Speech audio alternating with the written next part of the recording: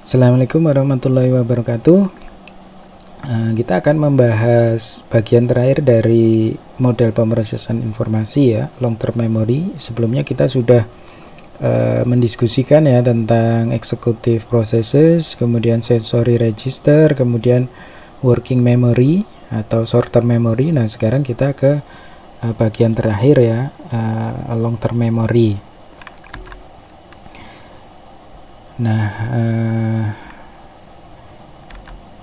sudah disinggung sedikit sebelumnya ya bahwa long term memory adalah bagian dari sistem memori tempat kita menyimpan informasi untuk waktu yang lama gitu ya. Nah, kapasitas dari long term memory itu sangat besar ya, dan menyimpan dalam waktu yang lama.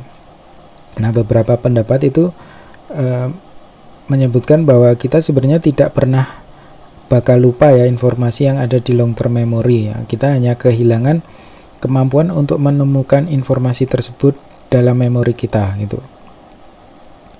Nah,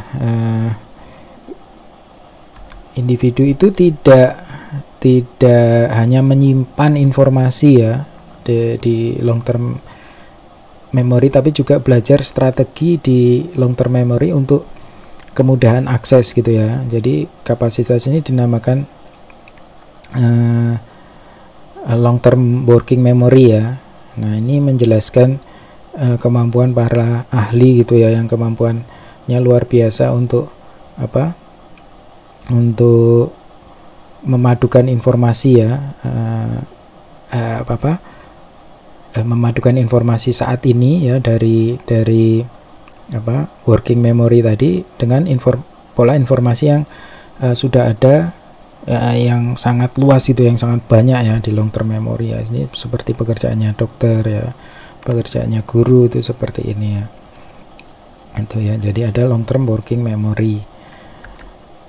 Nah, ada 3 jenis ya, atau 3 bagian dari long term memory ya: episodic memory, semantic memory, dan procedural memory ya. Nah, episodik ini nanti memori yang terkait dengan pengalaman personal ya, hal yang kita lihat, kita dengar ya, apa yang kita makan misalnya kemarin, apa yang terjadi waktu kita lulus SMA misalnya itu ya. Kemudian semantik itu berisi fakta informasi umum ya, misalnya konsep, prinsip ya, aturan-aturan ya. Nah, keterampilan pemecahan masalah ya, proses hasil belajar ya di kelas itu juga dimasukkan atau disimpan dalam semantic memory. Yang selanjutnya adalah procedural memory, itu tentang knowing how ya, pengetahuan tentang bagaimana melakukan sesuatu gitu ya, misalnya kemampuan mengemudi ya, naik sepeda ya, itu contoh dari procedural memory. Nah, ini kan kita bahas satu persatu ya. Nah, yang pertama episodic memory ya, itu berisi gambaran-gambaran dari pengalaman yang sudah lalu gitu ya. Ini diorganisir berdasarkan kapan dan di mana kejadian itu terjadi gitu ya. Jadi memorinya itu berisi tentang ingatan pengalaman personal itu ya, kejadian yang diingat itu ya. Nah, ini ada kombinasi dari informasi sensori ya, kemudian pengetahuan ruang, bahasa, emosi, dan informasi motorik ya. Ini bergabung menjadi suatu cerita yang personal gitu ya. Nah, kebanyakan individu itu menggunakan petunjuk berupa petunjuk visual ya, image atau gambar ya, dan lokasi lokasi ketika kejadian tersebut terjadi ya. Nah, ini makanya episodic memory itu seringkali sulit ditarik ya, di recall ya, karena kebanyakan episode kehidupan manusia itu berulang ya, sama, sehingga muncul episode baru terus ya. Episode baru itu nanti bercampur dengan episode yang lebih awal gitu ya. Nah ini seringkali begini gitu ya, kecuali jika ada sesuatu yang terjadi sehingga membuat sebuah kejadian, sebuah episode tadi mudah diingat gitu ya, kejadian yang memorable gitu ya. Nah misalnya kita sulit ya mengingat makan siang 1 bulan yang lalu gitu ya. Namun jika pada waktu itu ya, makan siang 1 bulan lalu itu ada kejadian yang memorable ya, misalnya ada gempa bumi ya, ketika kita makan, maka kemungkinan kita akan mengingat detail menu makan siang kita itu tadi gitu ya. Nah ini yang disebut flashbulb ya, flashbulb memory ya. Ya, jadi kejadian penting yang mengakibatkan memori visual dan auditori itu menetap pada pikiran individu gitu ya. Nah, ada beberapa penerapan pengetahuan tentang episodic memory ini pada pendidikan atau pembelajaran ya. Jadi kita bisa meningkatkan retensi ya, konsep dan informasi dengan secara eksplisit menciptakan kejadian yang memorable ya, yang melibatkan visual atau image auditory ya, gabungan gitu ya maksudnya di sini ya. Ya, jadi ini bisa menggunakan project ya, drama ya, simulasi ya, dan beragam bentuk active learning ya. Ini akan memberikan pada siswa itu gambar hidup ya, yang vivid image ya, yang lebih mudah diingat ya, sehingga siswa itu lebih mudah memanggil informasi yang disajikan dengan kejadian tersebut gitu, karena ada hal yang mudah diingat, kemudian informasi pelajaran itu tadi menempel pada hal yang mudah diingat ini gitu ya. Nah, ada bukti penelitian bahwa teks yang disajikan dengan ilustrasi gambar itu akan lebih mudah diingat ya oleh siswa ya, walaupun ketika gambar itu tidak lagi disajikan gitu. Nah, jadi gambar ilustrasi tersebut kemungkinan mengkaitkan informasi semantik ya dengan episodic memori siswa ya, sehingga lebih mudah ditarik gitu ya. Nah, terkait semantik nanti kita akan segera membahas itu ya. Nah, juga ada bukti bahwa siswa itu sering menciptakan gambaran mental mereka sendiri ya, yang membantu mereka untuk mengingat materi pelajaran gitu ya. Nah,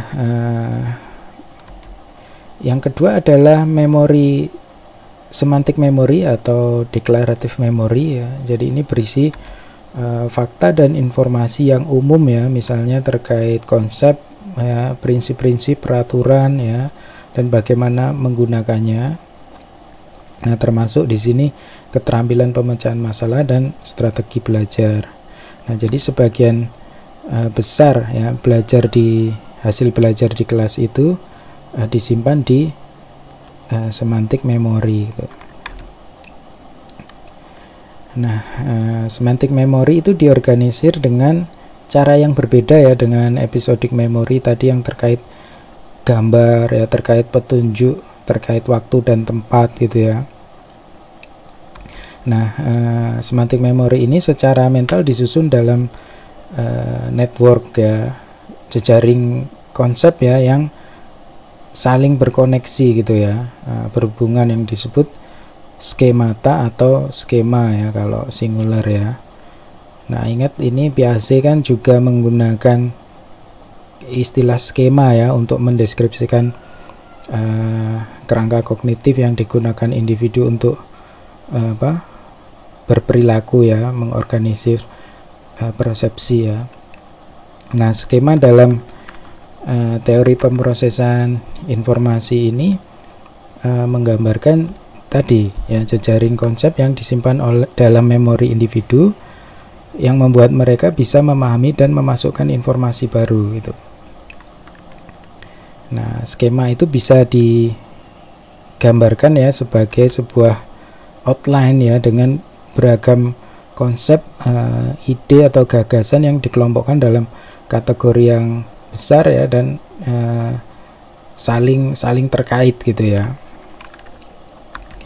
Nah, di sini ini salah satu contoh ya dari bukunya Slavin ya, contoh skema konsep Bison ya. Ini contoh bagaimana informasi itu diorganisir di long term ya, semantic memory ya.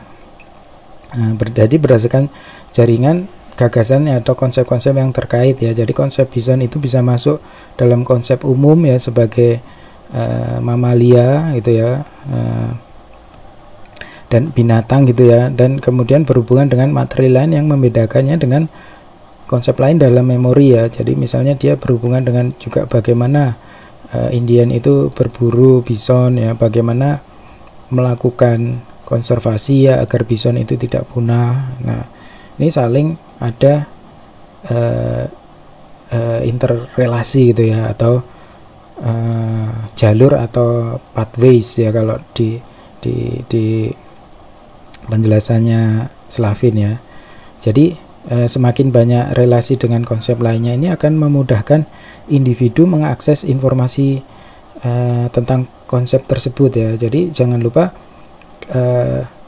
bahwa long term memory itu bukan masalah informasi yang hilang ya, informasinya tetap ada, tapi masalahnya adalah hilang akses ke informasi tersebut. Itu yang membuat mereka lupa. Nah, jadi dengan adanya banyak konsep yang saling berhubungan ya tentang hal atau ide khusus, konsep yang diingat tadi ya, semakin banyak jejaringnya, itu akan lebih mudah ditarik informasinya gitu ya.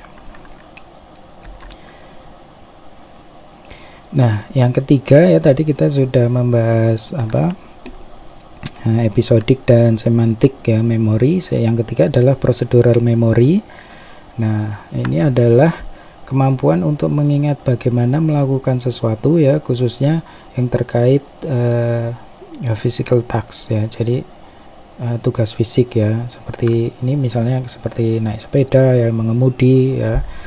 Nah, memori ini tuh disimpan dalam bentuk serial rangkaian stimulus respon gitu ya. Misalnya lama tidak mengendarai sepeda, ketika kemudian naik sepeda, itu stimulus akan memicu respon gitu ya. Nah, jadi ketika sepeda misalnya miring ke kiri ya, ini stimulusnya, maka otomatis ya akan muncul usaha untuk menyeimbangkan dengan menggeser berat tubuh ke kanan ya, atau membelokkan ke kanan ya. Ini responnya gitu ya. Nah, contoh-contoh lain dari procedural memory itu adalah menulis ya, menulis dengan tangan, mengetik ya, berlari gitu ya. Itu ya. Nah, ini mengemudi, menulis dengan tangan, mengetik ya, berlari dan sebagainya. Nah, procedural memory ini disimpan di tempat yang berbeda ya dengan semantik dan episodic memory ya. Jadi kalau procedural memory itu disimpan di cerebellum ya, sementara semantik dan episodic itu di cerebral cortex ya.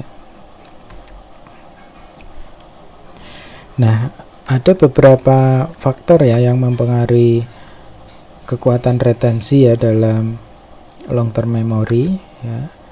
Jadi berbeda dengan pandangan orang pada umumnya yang mengira bahwa apa yang dipelajari di sekolah itu banyak dilupakan ya. Ternyata ini tidak ya, banyak materi pelajaran sekolah itu yang bisa diingat oleh individu ya. Jadi retensi ya long term itu tergantung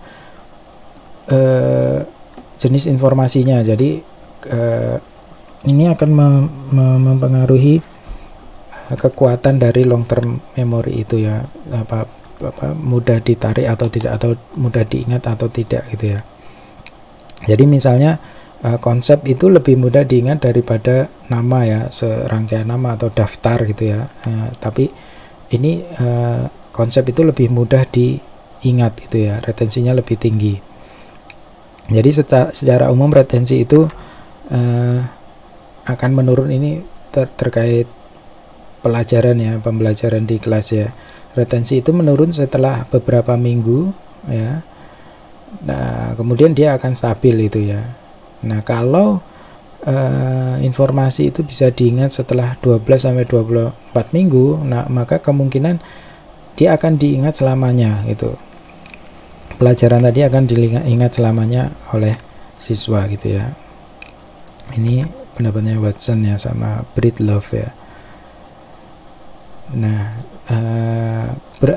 beberapa banyak yang sudah dipelajari oleh atau dipahami oleh siswa itu juga akan mempengaruhi retensi ya, long term memory gitu ya. Kalau semakin banyak yang dipelajari juga akan semakin lama gitu ya diingat ya. Nah, namun penting ya untuk dicatat bahwa efek kemampuan itu terhadap efek kemampuan atau prestasi ya, prestasi yang tinggi itu memiliki skor yang tinggi dalam pelajaran, namun dia belum berarti dia retensinya akan tinggi ya. Jadi seringkali siswa yang memiliki kemampuan tinggi ya, memiliki skor yang tinggi di akhir pelajaran itu persentase kehilangan hal yang dipelajari, proses persentase lupanya itu sama dengan siswa yang kemampuannya itu lebih rendah gitu ya.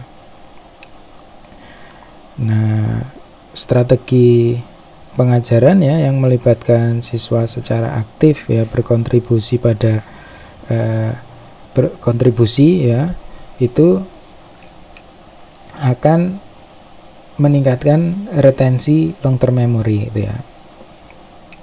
Jadi semakin dia ada kesempatan untuk berkontribusi ya, seperti student centered learning, dia akan meningkatkan retensi dalam long term memory gitu ya.